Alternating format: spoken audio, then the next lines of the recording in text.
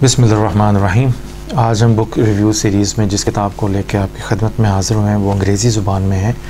और current affairs के ऊपर भी है, ड्रोन्स के इश्यूज़ के ऊपर भी है और सबसे इम्पॉर्टेंट सबसे बढ़ के ये पीस के मौजू के ऊपर है। तो इसका नाम है the thistle and the drone और ये लिखी है मोहतरम जनाब अकबर अहमद ने, जिनका पूरा नाम अकबर एस अहमद यानी अकबर सलाहुद्दीन अहमद है और पाकिस्तान में बड़े कम लोग इनके नाम से वाकिफ़ हैं। जो हल्के तालीम व तरबियत के शोबे से वाबस्ता हैं, जो आला दर्जे की किताबें और रिसर्च को पढ़ने के आदी हैं, वो इनके नाम से वाकिफ़ हैं। तो आम पाकिस्तानी के लिए इनका तारुफ़ सिर्फ इतना ही है कि जो मूवी बनी थी जना, ये उसके क्रिएटर हैं, ये उसकी डेवलपमेंट में, ये उसके प्रोजेक्ट में शामिल रहे हैं। तो ये उन्हीं की काविशों की वजह से ये मूवी जना जो है वो मंजर-ए-आम पे बनी, मंजर-ए-आम पे आई और बनाई गई। अकबर अहमद साहब का जो मुख्तसर तारुफ़ ये है कि ये किताब तो बेसिकली करंट अफेयर्स पे है, मगर ये दूसरी करंट अफेयर्स की किताबों से ज़रा हट के है। वो इस सेंस में कि अकबर अहमद दूसरी जो करंट अफेयर्स पे किताबें हैं मार्केट में, वो ज़्यादा उन लोगों ने लिखी हैं जो सियासियात के शोबे के एक्सपर्ट हैं या वो लोग जिन्होंने सिर्फ डेटा कलेक्ट किया है और एक ख़ास मकसद के लिए और एक ख़ास लॉबी की फरमाइश पर उन्होंने किताबें लिखी हैं ताकि लोगों की जहन साजी की जा सके या मुख्तलिफ़ नुक्ता नज़र को एकेडमिक रंग देने के लिए उसके दलाइल को जमा करके तो उसको आगे प्रेजेंट करने के लिए। मगर इस किताब की ख़ास बात यह है कि मुसन्निफ़ ने जब ये ड्रोन के हवाले से और इसकी जो आगे टाइटल है how America's war on terror became a global war on tribal Islam, तो इस किताब में जो करंट अफेयर्स का रिसर्च भी है और इसमें साथ साथ इस्लामिक टच भी है। तो आम लोगों की किताबें जिन्होंने करंट अफेयर्स पे लिखा है और अकबर अहमद साहब की जो किताब है थिसल एंड द ड्रोन, इसमें ख़ास फ़र्क ये है कि अकबर साहब ना सिर्फ करंट अफेयर्स पर एक्सपर्ट हैं बल्कि वो इस्लामी थियोलॉजी को भी बड़ी अच्छी तरह से जानते हैं और इस्लामी थियोलॉजी में भी वो उस थियोलॉजी पे बिलीव रखते हैं जो 1400 साल की तारीख़ में जमहूर मुसलमानों के अक़ीदे पर मुश्तमिल है। यानी ये वो थियोलॉजी लेके चले हैं जो आजकल के फ़ैशन की, एक तो थियोलॉजी वो है जो आजकल के फ़ैशन में से निकली है और 1400 साल के मुसलमानों को ये कहना कि वो गलत अक़ीदे पर थे या उनके यहाँ इज्तिहाद की कोई इतनी काविश नहीं हुई और सारी तहकीक को रिजेक्ट करके मुख्तलिफ़ लॉबीज़ की फरमाइश पर या मुख्तलिफ़ गवर्नमेंट के नुक्ता नज़र को सपोर्ट करने के लिए आजकल भी एक फ़ैशन है कि उन्होंने इस्लाम के हवाले से एक नई थियोलॉजी क्रिएट की है जिसमें सिर्फ उन इश्यूज़ के ऊपर इस्लामी नुक्ता नज़र को डिज़ाइन करने की कोशिश की जाती है जिससे मुख्तलिफ़ ममालिक के नुक्ता नज़र को या मुख्तलिफ़ लॉबीज़ के नुक्ता नज़र को सपोर्ट मिले। मगर अकबर अहमद साहब की जो थियोलॉजी की अंडरस्टैंडिंग है वो जमहूर मुसलमानों की है, क्लासिकल थियोलॉजी है। उसकी आगे मिसाल है मैं आपको चल के दूँगा कि बड़े कम लोग हैं जो थियोलॉजी की इस तह तक पहुँचे हैं और जो तह तक पहुँचे हैं तो उन्होंने करंट अफेयर्स के इशूज़ पे बात करने के हवाले से ना तो इस्लामी तालीमात को मस्ख़ करने की कोशिश की है बल्कि गहराई के साथ इस्लामी थियोलॉजी का मुवाजना किया है करंट अफेयर्स के साथ और लोगों को, पढ़ने वालों को ये बताया है कि असल इस्लाम क्या था और आजकल के लोग किस इस्लाम की तबलीग करते हैं और इस्लाम में कुछ लोगों ने अपने ज़ाती मकासद को, ज़ाती नुक्ता नज़र को थियोलॉजी बना के किस तरह से प्रेजेंट करने की कोशिश की है। तो ये सारे चैलेंजेस वो शख्स बड़ी बासानी से कबूल कर सकता है और इसको इस्लाम का मुकदमा लड़ सकता है जिसको इस्लाम की असल थियोलॉजी का गहराई में फ़िक्र भी हो, उसका मुताला भी हो। और अकबर अहमद साहब की ये किताब थिसल एंड द ड्रोन जो करंट अफेयर्स पे है, इसमें इस्लामी थियोलॉजी का बड़ी खूबसूरती के साथ मुवाजना किया गया है करंट अफेयर्स के हवाले से। अकबर साहब की इनका सेपरेट इंटरव्यू, इनकी मेहरबानी, अगर वो सुन रहे हैं तो सर आपको बहुत शुक्रिया और इनकी बहुत मेहरबानी कि इन्होंने हमारे यूट्यूब चैनल के लिए बुक रिव्यूज़ के एक घंटे का इंटरव्यू रिकॉर्ड करवाया था जो इस वीडियो के डिस्क्रिप्शन में उसका लिंक भी होगा और उसके हवाले से इस किताब के ऊपर भी बात हुई और इस किताब से हट के जो पाकिस्तान को मसाइल दरपेश हैं उस पर भी उन्होंने खुल के बात की है। तो अगर वो इंटरव्यू और ये बुक रिव्यू अगर आप आपस में कंबाइन करके एक ही तसलसल में देख लें तो इस किताब का तारुफ़ तो आपको इस रिव्यू में मिल जाएगा, मगर मुसन्निफ़ का तारुफ़, उसके आइडियाज़, उसके थॉट्स, वो इल्लामा इकबाल के मुतल्लिक़ क्या सोचते हैं, वो कायद आज़म के मुतल्लिक़ क्या सोचते हैं, इस्लाम से उनकी निस्बत कितनी गहरी और पुख्ता है, वो पाकिस्तान का मुस्तक़बिल क्या देखते हैं, पाकिस्तान से कितनी मोहब्बत करते हैं, ये सारे पहलू जो मुसन्निफ़ की शख्सियत के इर्द गिर्द घूमते हैं वो सारे के सारे आपको उस इंटरव्यू में मिल जाएंगे। और इस किताब के हवाले से चंद एक सवालात उस इंटरव्यू में भी मौजूद हैं तो उससे आपको इस किताब के बहुत सारे और पहलुओं में भी गहराई में जाके इस किताब को समझने का मौका मिलेगा। जब आप पाकिस्तान तशरीफ़ लाए थे तो बहुत सारे टीवी एंकर्स ने भी इस किताब को पढ़ के, जो इस किताब को अपने टीवी शोज़ में प्रेजेंट करके तो आपके इंटरव्यूज़ किए, मगर मैंने देखा बहुत सारे कम लोग हैं जिन्होंने किताब को बड़ी डेप्थ में जाके पढ़ा है। क्योंकि अगर आप इस किताब के अंदर रिसर्च की क्वालिटी का अंदाज़ा लगाएं तो ये बज़ाते ख़ुद एक इंसाइक्लोपीडिया है ट्राइबल इस्लाम के ऊपर, और ट्राइबल हिस्ट्री जो है उनकी इस्लाम से अटैचमेंट, ट्राइबल हिस्ट्री में मुख्तलिफ़ गवर्नमेंट्स ने इसको कैसे हैंडल करने की कोशिश की। तो ट्राइबल इश्यूज़ के ऊपर ये अपनी मौजू पर मेरे ख़्याल में, मेरी नाक़ुस मालूमात के मुताबिक ये पहली किताब है, और इससे बेहतरीन किताब शायद लिखी नहीं गई। उसकी एक वजह यह भी है कि लिखने वाला इस ख़ित्ते से भी वाकिफ़ है, लिखने वाला वहाँ पे काम भी कर चुका है, और लिखने वाले का ताल्लुक़ इस्लाम से है। तो वो ये तीनों चीज़ें जहन में रख कर, यानी प्रैक्टिकल एक्सपीरियंस फील्ड का और कॉन्सेप्चुअल और थियोलॉजिकल अंडरस्टैंडिंग इस्लाम की, ताकि ट्राइबल एरियाज़ में जाएगा तो उनके ट्राइबल कस्टम से, रस्म और रवाज से भी बखूबी वाकिफ़ हो, प्रैक्टिकल डायरेक्ट ऑब्जर्वेशन हासिल करके, और जब उनके मिजाज के साथ साथ वो इस्लाम से उनकी मोहब्बत को समझना चाहे तो उसके लिए ज़रूरी है कि मुसन्निफ़ की इस्लामी थियोलॉजी में क्लैरिटी हो, ताकि वो ये समझ सके कि वो कौन सी ट्राइबल ट्रेडिशंस हैं जो ट्राइबल हैं, इस्लामिक नहीं हैं, और वो कौन से एरियाज़ ऐसे हैं या ट्राइबल कौन से ऐसी कस्टम्स और रवाज हैं जिसकी वजह से ट्राइबल मुसलमानों की या ट्राइब्स में रहने वाले लोगों की इस्लाम के साथ जो पुख्ता हुई है निस्बत और अक़ीदत और इश्क और मोहब्बत, उसकी क्या वजूहात हैं। तो दोनों पहलुओं से, यानी कि सियासी पहलुओं से, माशरती पहलुओं से, इमरानी पहलुओं से, और उसमें फिर थियोलॉजी भी ऐड कर लें, तो बहुत कम लोग ऐसे होंगे जिनको इन सारे मौज़ूआत पर दस्तरस हासिल हो और उस क्लैरिटी के साथ अपने इस मौजू पर लिख सकें। मगर माशाल्लाह अकबर अहमद साहब में ये सारी सलाहियतें अल्लाह ताला ने जमा कर दी हैं। ये सिर्फ़ किताब जिसका हम रिव्यू कर रहे हैं, थिसल एंड द ड्रोन, ये सिर्फ़ एक करंट अफेयर्स पे बुक है उनकी। इससे हट के जब आप उनका गूगल पे उनका नाम टाइप करें तो आपको उनकी इस्लाम के हवाले से बेशुमार किताबें ऐसी हैं जो उन्होंने काम भी किया। लिविंग इस्लाम के हवाले से BBC ने डॉक्यूमेंट्री बनाई जो उनकी इस्लाम के ऊपर एक किताब थी, उसके नतीजे में वजूद में आई। प्रिंस चार्ल्स ने इनकी तारीफ़ में, इनके काम की तारीफ़ में अपनी तकरीर में इनका नाम भी, इनके काम को भी मेंशन किया। तो ये अपने मैं समझता हूँ अपनी फ़ील्ड के अंदर और अपने काम में माशाल्लाह सलाहुद्दीन है, और बड़ी ख़ूबसूरती के साथ ये अमेरिका में और बरतानिया में जब इन्होंने वहाँ पे अपनी सर्विसेज इस्लाम के हवाले से पेश की, एकेडमिक दुनिया को इस्लाम का एक बेहतरीन चेहरा प्रेजेंट किया, तो ये अपने हैसियत में इस्लाम का और पाकिस्तान का मुकदमा बड़े एहसन तरीके से, बड़े ख़ूबसूरत तरीके से पेश कर रहे हैं, और उसकी झलक आपको इस किताब में भी नज़र आएगी। अब इस किताब में जो ख़ास बात यह है कि इसमें जब ड्रोन्स के हवाले से, और ये पाकिस्तानी, ये पढ़नी किस किस को चाहिए, इससे पहले कि मैं थोड़ा सा तबसरा करूँ किताब पे, मेरे ख़्याल में पाकिस्तान के हर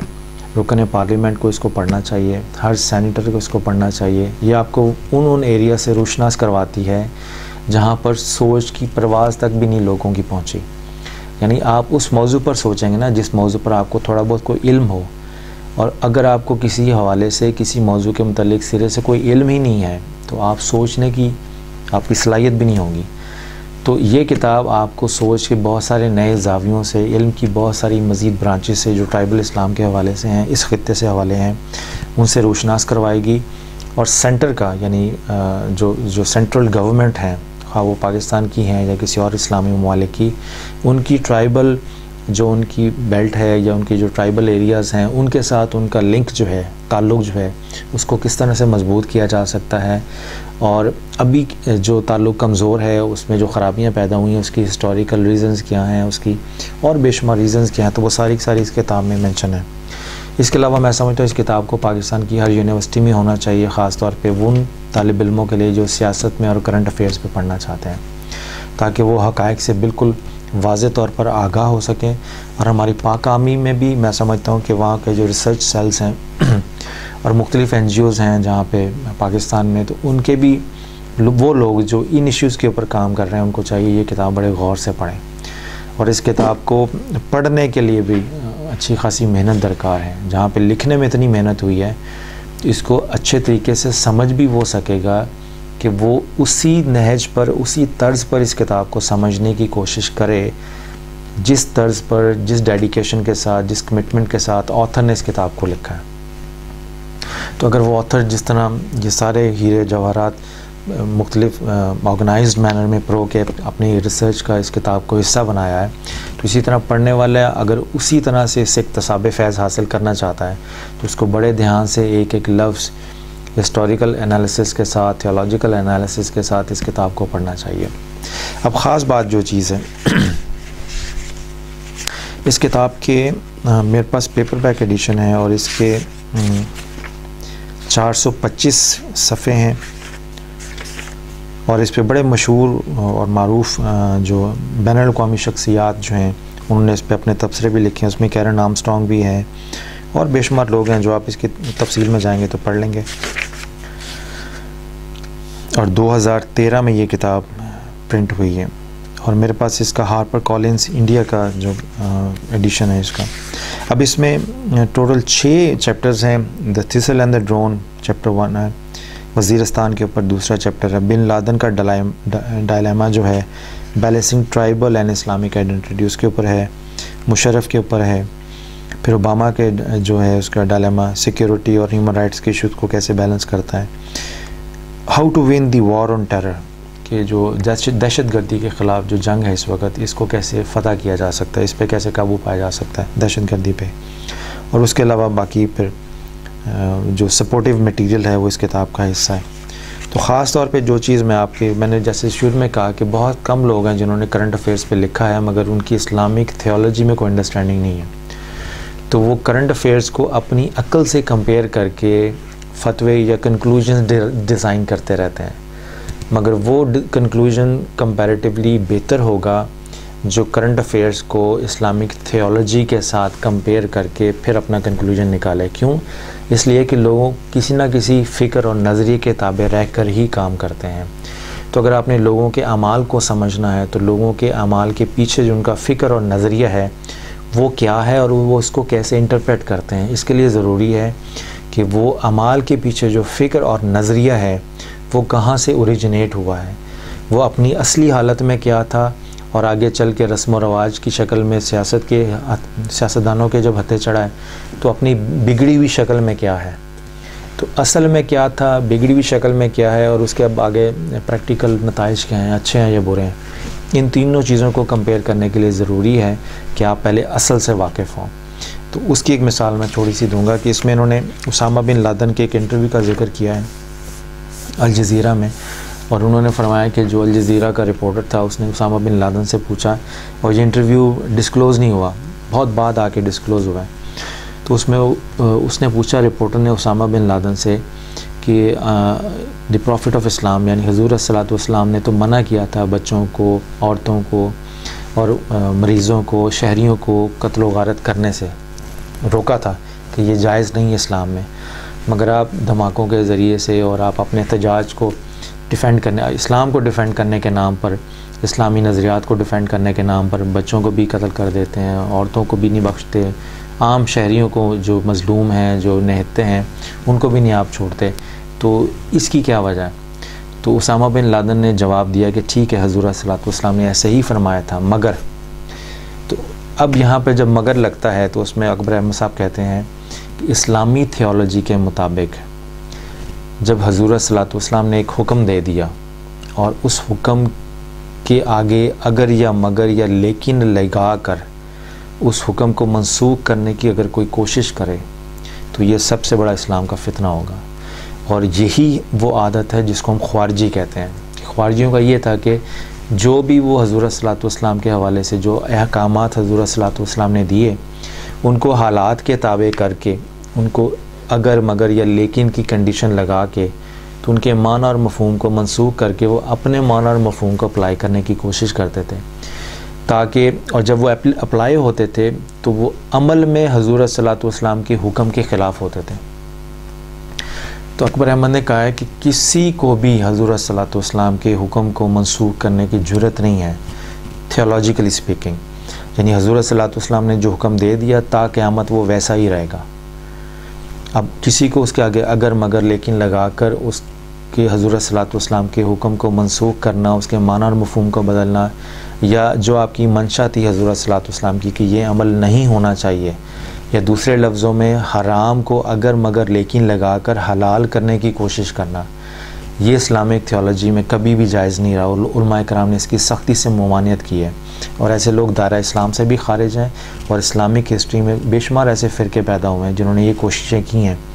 तो जमहूर मुसलमानों ने ऐसे फ़िरक़ों को, ऐसे तबकों को दायरा इस्लाम से खारिज करार दे दिया है, इसलिए कि किसी को भी ये अल्लाह ताला ने इख्तियार नहीं दिया कि हज़ूर सल्लल्लाहु अलैहि वसल्लम ने जहाँ पे एक सरीहन हुक्म दे दिया, अब क़यामत तक दुनिया की कोई ताकत, कोई पर्सनालिटी, कोई इस्लामिक स्कूल ऑफ थाट, हत्ता कि पूरी उम्मत भी जमा हो जाए तो हज़ूर सल्लल्लाहु अलैहि वसल्लम के वाज़े हुक्म को मनसूख नहीं कर सकती। उम्मत मनसूख हो सकती है, हुक्म मनसूख नहीं हो सकता। इतनी शानदार थियोलॉजिकल क्लैरिटी सिर्फ़ उसी आदमी को मिल सकती है जो इस्लामी थियोलॉजी को ना सिर्फ अक़ली तौर पर पढ़ता हो बल्कि दिल और दिमाग के साथ एक मोहब्बत के रिश्ते में उसके साथ मुंसलिक भी हो उस ताल्लुक़ के साथ। और ये आपको हक पर अहमद की इस किताब में ये थियोलॉजी मिलेगी। तो जगह जगह वो जब तबसरे करते हैं तो साथ साथ इस्लामी अहकामात के हवाले से वो अपने राय का भी इज़हार करते हैं कि ये असल इस्लाम था, उसकी बिगड़ी हुई शक्ल ये है जो लोगों ने बिगाड़ी है, ताकि अपने ज़ाती मकासद को इस्लाम के नाम पर हासिल कर सकें। ये एक छोटी सी मिसाल है कि ये किताब पढ़ेंगे तो आपको जो इस्लामिक पॉइंट ऑफ व्यू है वो अपनी निखरी हुई, असली और साफ़ और शफाफ हालत में मिलेगा। इसमें किसी के नुक्ता नज़र को साबित करने के लिए इस्लामी तालीमात या अकायद और नज़रियात को बिगाड़ा नहीं गया। ये एक ख़ास बात है इस किताब की। और फिर उन नज़रियात और अफ़कार और थियोलॉजी की रोशनी में फिर उन्होंने करंट अफेयर्स को, ड्रोन का इश्यूज़ है, ट्राइबल इस्लाम का इश्यूज़ है, ट्राइब्स के इस्लाम की खिदमात के हवाले से इस पे डिस्कशन है। तो ये अगर किसी ने ट्राइबल हिस्ट्री देखनी है, और ये सिर्फ पाकिस्तान के ट्राइब्स के हवाले से नहीं है, मुस्लिम ममालिक में जहाँ जहाँ भी ये ट्राइबल बेल्ट्स हैं वहाँ का एक एनालिसिस है। तो इसमें 40 केस स्टडीज़ पेश की हैं उन्होंने ट्राइबल एरियाज़ की। तो ये अगर इसके हर चैप्टर के हवाले से बात करें, यानी मुशर्रफ के हवाले से बात करें, ओबामा के हवाले से बात करें, वज़ीरिस्तान के हवाले से बात करें, वॉर ऑन टेरर के हवाले से बात करें, तो हर चैप्टर इस किताब का एक मुकम्मल किताब की शक्ल रखता है। और आप अंदाज़ा कीजिए एक किताब पढ़ के आप 4, 5 या 6 इश्यूज़ के ऊपर अच्छे खासे इंटरनेशनल एक्सपर्ट बन सकते हैं। तो अगर आपको बैनुल-अक़वामी सतह पर इन 6 एरियाज़ में एक्सपर्ट बनना है, मुशर्रफ के हवाले से बात करनी है, वो लोकल इश्यूज़ हैं, ओबामा के हवाले से बात करनी है, वॉर ऑन टेरर के हवाले से बात करनी है, वज़ीरिस्तान के हवाले से बात करनी है, इस्लाम के हवाले से, इस्लाम और दहशतगर्दी के हवाले से बात करनी है, तो वो सारा मवाद इस किताब के अंदर मौजूद है। हवाला जात के साथ भी, एनालिसिस के साथ भी और नुक्ता नज़र के साथ भी। तो ये किताब अपने मौजू पर इतनी बेहतरीन और शानदार किताब है, और मैं समझता हूँ हर पाकिस्तानी, मुहिब वतन पाकिस्तानी को जो ड्रोन्स के इश्यूज़ को समझना चाहता है, जो ट्राइब्स के जो ट्रेडिशंस हैं और इस्लाम के साथ उनकी जो मोहब्बत है उसको समझना चाहता है, ट्राइबल एरियाज़ में दहशतगर्दी जो हो रही है, इसमें ये भी बात बताऊँ, अगर आपको याद होगा कि पिछले दिनों पाक फ़िज़ाइया ने जब हमला किया वज़ीरिस्तान में, कुछ दहशतगर्द मारे गए, तो उसमें से कुछ उज़्बेक थे और कुछ जर्मन बाशिंदे भी थे। तो जो ट्राइबल एरियाज़ में दहशतगर्द हैं वो दहशतगर्द हैं, उसका इस किताब से कतन कोई ताल्लुक़ नहीं है। हमें ट्राइबल, पाकिस्तान के ट्राइबल एरियाज़ में जर्मन कहाँ से आ गए, पाकिस्तान के ट्राइबल एरियाज़ में उज़्बेक कहाँ से आ गए? तो ये जो बाहर से लोग जहाद के लिए आए हुए हैं, ये सरासर दहशतगर्दी और कुछ नहीं है। हम बात कर रहे हैं उन ट्राइब्स की जो सदियों से यहाँ पे रह रहे हैं, जो यहीं के ख़ित्ते के हैं, उनके अपने मसाइल हैं, तालीम का मसला है, गुरबत का मसला है, बुनियादी इंसानी सहूलियात का मसला है। तो उन लोगों पे फोकस करके, वो भी हमारा ही हिस्सा है पाकिस्तान का, हमारे ही लोग हैं, तो अगर हम उन लोगों की बुनियादी ज़रूरियात पर फोकस करके उनके साथ अपने ताल्लुकात को स्ट्रॉन्ग करें, मजबूत करें, और जहाँ पे दूसरे पाकिस्तानियों को बुनियादी इंसानी सहूलतें मुयस्सर हैं हुकूमती, वहाँ पे भी वो तालीम का जाल बिछाया जाए, ताकि वहाँ के लोग पढ़ लिख कर ना सिर्फ अपने ट्राइबल एरियाज़ की जो सिचुएशन है उसको इम्प्रूव करें, बल्कि एक बेहतर ट्राइबल रिप्रेजेंटेटिव बन के, एक बेहतर पाकिस्तानी बन के, एक बेहतर मुसलमान बन के पाकिस्तान की, इस्लाम की और अपने अपने ट्राइब्स की भी खिदमत करें। तो ये किताब इस हवाले से बहुत बेहतर है, तो आप इसको ज़रूर पढ़िएगा। और इस वीडियो की डिस्क्रिप्शन में अकबर अहमद साहब का जो इंटरव्यू है यूट्यूब के लिए ख़ास तौर पे, वो भी इसमें मैं लिंक दे दूँगा, आप उसको भी बहुत गौर से सुनिएगा और साथ में ये किताब भी पढ़िएगा। और इंशाल्लाह अगर अल्लाह ताला ने हिम्मत दी तो इनकी बहुत सारी जो दूसरी किताबें हैं उनमें से कोई और बेहतर किताब इस्लाम के हवाले से है, उस पर भी रिव्यू लेके आपकी खिदमत में हाज़िर होंगे। तो आपका बहुत बहुत शुक्रिया।